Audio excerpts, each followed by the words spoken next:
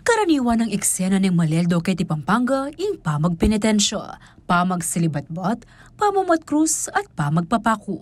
Iti ing paralan ng pamamanata darang aliwata mong kabalen nung nukarin pakyapusan daing kasakitang denasa ng Heso Kristo. Oneng ing Catholic Bishops Conference of the Philippines, may gita ka ng susubong ing pamagkawang gawa at pamangawang mayap ang timong sakripisyong ngening Maleldo, anang CBCP President Virgilio Ambo David. Ala ng mas masanting panunod, do acts of charity. I think that is an even better way of making an act of penance.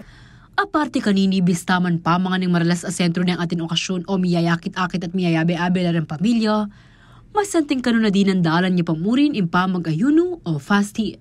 Istong panahon ng Kwaresma, ang po pangkaleldo, parte na niya naman ng kakatamong kultura, in pamagpenitensya, and part of that penance is restraint about food. Ne? Siyempre, mas I enjoy main kaya kang Easter season, in Paskong pagkabi, nung talagang mag-restrain ka and you try to practice some pamag-ayuno during Kwaresma and the Holy Week. Yeah. Kambening aman ng pamag-ayuno, amuyutan na ng bishop ang bodeng publiko na limitahan ng pamamangan karni ang pambawasan ng kakanan na kumpara ng ordinaryong aldo.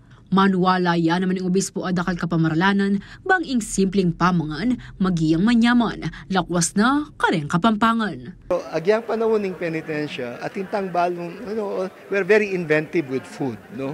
Balo tamong mag-serve pa mo rin manyaman, agyang pang panahon ng Semana Santa, yung kaleldo, maragulya pong okasyon para kikatam, lalo na kikatamong Kapampangan. We're very Catholic, very religious, at iting okasyon para mulita mo and to return to our homes and enjoy our culture.